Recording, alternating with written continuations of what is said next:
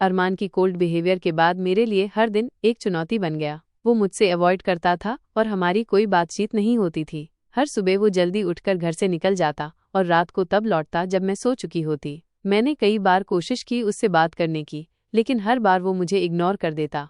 एक दिन मैंने हिम्मत करके उससे पूछा जब वो डाइनिंग टेबल पर ब्रेकफास्ट कर रहा था, अरमान, क्या हम थोड़ी देर बात कर सकते हैं? उसने बिना मेरी तरफ देखे कहा, नायना, I don't have time for this.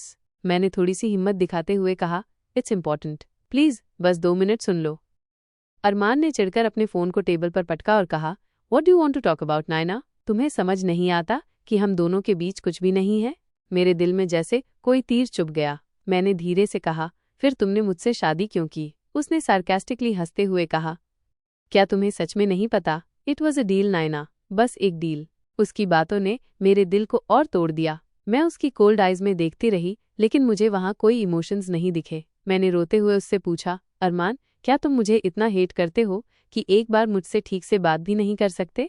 अरमान ने अपनी कुर्सी पीछे खींचकर खड़ा हो गया और मेरी तरफ देखता हुआ सार्कास्टिक टोन में बोला, हेट? नहीं नायना, हेट करने के लिए भी फीलिंग्स होनी चाहिए और मेरे पास तुम्हारे लिए कोई फीलिंग्स नहीं है। तुम मेरे लिए सिर्फ एक नाम हो जो मेरे साथ जुड़ा हुआ है, बस। मेरे आंसू अनकंट्रोलेबली बहने लगे। मैंने रुंधे हुए गले से कहा, अरमान, मैं समझती हूँ कि ये शादी तुम्हारे लिए एक कॉम्प्रोमाइज़ थी, लेकिन कम से कम मुझे बेसिक रिस्पेक्ट तो दे सकते हो। उसने सार्कास्टिकली हंसते हुए जवाब दिया, रिस्पेक्ट? रिस्पेक्ट अर्न करनी पड़ती है नायना। तुम मुझे ये बताओ कि तुमने क्या किया है जो तुम्हें मेरी रिस्पेक्ट मिले। मैंने उसकी बातों का कोई जवाब नहीं दिया। मेरा दिल अंदर से पूरी तरह टूट चुका था, लेकिन मैंने मन ही मन फैसला किया कि मैं इस रिश्ते को निभाने की कोशिश करूंगी, चाहे कुछ भी हो। एक दिन मुझे अरमान के स्टडी में एक्सीडेंटली एक फाइल मिली। उसमें मेरी और मेरे पापा की कंपनी के बारे में डिटेल्स थीं। मैं समझ गई कि ये शादी वाकई सिर्फ एक बिजनेस डील थी। मैंने अरमान से कॉन्फ्रंट किया, ये सब क्या है अरमान? तुमने मुझसे शादी सिर्फ इसलिए की ताकि तुम्हारे डैड को फायदा हो सके? अरमान ने कैजुअली कहा, एग्जैक्टली नैना, तुम स्मार्ट हो, समझ गई। अब बेवजह इमोशनल मत बनो। मैं रोते हुए कहा, क्या तुम्हें एक बार भी ये महसूस नहीं हुआ कि मैं इंसान हूँ, कोई डील नहीं? अरमान गुस्से से कहा, फीलिंग्स आर अ वीकनेस नैना, तुम ये जितना जल्दी समझोगी तुम्हारे लिए बेटर होगा। कुछ दिनों बाद मैंने अरमान को एक लड़की के साथ देखा। वो लड़की बहुत ग्लैमरस और कॉन्फिडेंट थी। अरमान उससे काफ़ी आराम से बात कर रहा था और दोनों को देखकर ऐसा लग रहा था कि वो एक दूसरे को काफ़ी अच्छे से जानते हैं। मैंने हिम्मत करके अरमान से पूछा, हु इज शी? अरमान ने कैजुअली कहा, नन ऑफ योर बिजनेस। मुझे लगने लगा कि अरमान की लाइफ में शायद कोई और है। मेरा शक और गहरा हो गया जब मैंने उन्हें एक बार देर रात साथ देखा। अगले दिन जब अरमान घर आया तो मैंने उसका रास्ता रोककर कहा, I need to talk to you अभी। अरमान ने एनॉयड होकर कहा, नैना, मेरे पास तुम्हारी बकवास सुनने का टाइम नहीं है। लेकिन इस बार मैंने उसकी बात इग्नोर की और कहा, हु इज शी अरमान? और मुझे ये मत कहना कि it's none of my business, क्योंकि ये मेरी लाइफ भी है। अरमान ने गुस्से में मेरी तरफ देखा और कहा, तुम्हारा प्रॉब्लम क्या है नैना? तुम्हें हर बात में टांग अड़ाने की आदत क्यों है? मैंने तुमसे पहले ही कहा था कि इस रिलेशनशिप से ज्यादा एक्सपेक्ट मत करो। मैंने रोते हुए कहा, तो सच है, तुम्हारी लाइफ में कोई और है? तुम उससे प्यार करते हो अरमान? अरमान ने सार्कास्टिक टोन में कहा, इट डजंट मैटर कि मैं उससे क्या करता हूँ, तुम्हें बस इतना पता होना चाहिए कि तुम मेरे लिए कुछ नहीं हो। अरमान की बातों ने मेरे दिल को पूरी तरह से तोड़ दिया। मैंने उसकी तरफ देखा और कहा, तो तुम्हारे लिए मैं सिर्फ एक नाम हूँ, एक डील हूँ? तुम्हारे लिए मेरी फीलिंग्स की कोई वैल्यू नहीं है? अरमान ने अपनी कोल्ड आइज से मेरी तरफ देखा और कहा, फीलिंग्स वीक लोगों के लिए होती हैं नैना। तुम भी अपनी लाइफ में आगे बढ़ो और मुझे मेरी लाइफ जीने दो। उस रात जब मैंने फैसला किया कि अब और सहन नहीं कर सकती, मैंने अरमान से कहा, मैं ये घर छोड़ रही हूँ अरमान। तुमने मुझे हमेशा एक डील समझा, लेकिन मैं अपनी सेल्फ रिस्पेक्ट के साथ कॉम्प्रोमाइज नहीं कर सकती। अरमान ने मुझे ठंडी नज़रों से देखा, जैसे मेरी बात उसके लिए कोई मायने ही नहीं रखती हो। उसने बेहद ठंडे लहजे में कहा, fine, do what you want. मैंने अपना सामान पैक किया और घर छोड़ दिया। उस वक्त अरमान घर पर नहीं था। जब वो वापस आया और मुझे वहां नहीं पाया तो बेचैन हो गया। पूरे घर में मुझे ढूंढा, लेकिन जब मैं कहीं नहीं दिखी तो उसे पहली बार मेरी अहमियत का एहसास हुआ। वो गुस्से में बड़बड़ाते हुए अपनी कार की चाबी उठाकर मुझे ढूंढने निकल पड़ा। उसने पुलिस को कॉल करके गुस्से में कहा, मुझे मेरी बीवी 1 दिन के अंदर चाहिए, अगर नहीं मिली तो तुम देखना मैं क्या करता हूँ। 1 रात और 1 दिन गुजर गए, लेकिन वो मुझे ढूंढ नहीं पाया। अगले दिन एक अनजान नंबर से अरमान के पास कॉल आई, अगर अपनी बीवी को बचाना चाहते हो तो अपनी कंपनी के शेयर्स हमारे नाम करो। अरमान को समझते देर नहीं लगी कि ये किसी और की नहीं बल्कि उसके ही ऑफिस के HR मयंक की साजिश है। उसने बिना वक्त गुआए लोकेशन ट्रेस करवाई और अकेले ही वहां पहुंच गया।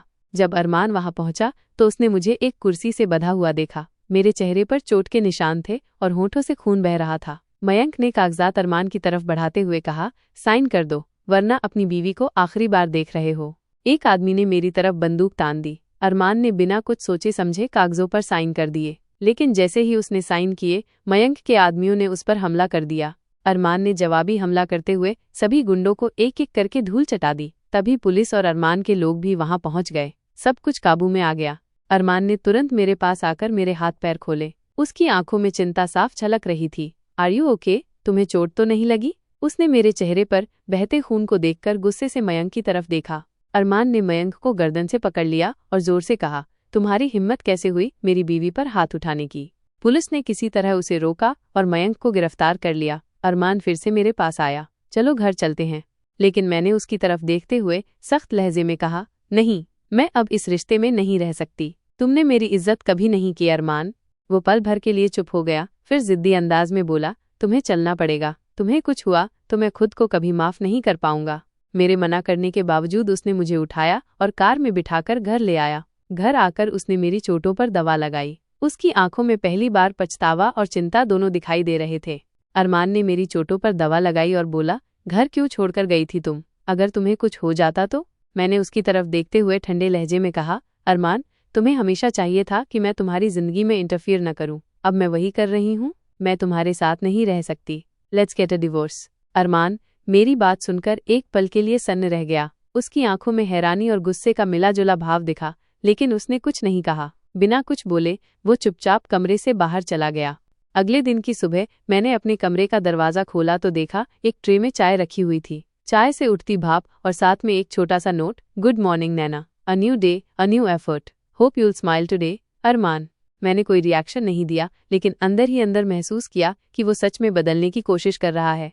हर दिन कुछ नया, कभी मेरे लिए ताजे फूल लेकर आता तो कभी मेरे लिए खाना बना देता, लेकिन मैंने हमेशा खुद को संयमित रखा और कोई इमोशन नहीं दिखाया। अरमान की हर कोशिश मुझे धीरे धीरे पिघलाने लगी थी, लेकिन मैं ये जताना नहीं चाहती थी। एक रात डिनर के बाद जब मैं चुपचाप अपने कमरे की तरफ जा रही थी, उसने मेरा हाथ पकड़ लिया। नैना, कैन वी टॉक? उसने धीमे स्वर में कहा। मैंने अपना हाथ झटक दिया और वापस कमरे की ओर बढ़ने लगी, लेकिन इस बार उसने पीछे से आकर मेरा हाथ फिर से पकड़ा और मजबूती से कहा, नैना प्लीज, सुनो तो सही। मैंने पलटकर उसकी ओर देखा। उसकी आंखों में आंसू थे। आई एम सॉरी नैना, मैंने तुम्हारे साथ बहुत गलत किया। मुझे समझने में देर लगी, लेकिन अब मैं बदल गया हूँ। प्लीज एक मौका दो। Let's start from the beginning. उसकी सिंसेरिटी और दर्द भरी आवाज ने मुझे अंदर तक हिला दिया। उसने अपनी जेब से एक खूबसूरत सी रिंग निकाली और कहा, आई लव यू नैना, मैं अब अपनी पूरी जिंदगी तुम्हारे साथ बिताना चाहता हूँ। मेरी आंखों में भी आंसू आ गए। मैंने धीरे से कहा, अरमान, अगर ये सच में एक नई शुरुआत है तो प्रूव इट। उसने तुरंत मेरे हाथ में रिंग पहनाई और मुझे गले से लगा लिया। वो पल इतना खास था कि मैं चाहकर भी खुद को रोक नहीं पाई। उसने मुझे अपने और करीब खींच लिया। उसकी आंखें मेरे चेहरे पर टिकी थीं। उसके चेहरे पर हल्की सी मुस्कान थी। उसने मेरे चेहरे को अपने दोनों हाथों में थाम लिया और धीरे से मेरे माथे पर एक किस किया। अगली सुबह जब मैंने अपनी आंखें खोली तो उसने मुझे गले लगाकर कहा, गुड मॉर्निंग मिसेज अरमान। मैंने उसे चिढ़ाते हुए कहा, मिसेस अभी नहीं अरमान, बट सून। उसने हंसते हुए मुझे फिर से अपनी बाहों में भर लिया। हमारी कहानी अब सच में एक नई शुरुआत की ओर बढ़ चुकी थी, इस बार प्यार और भरोसे के साथ।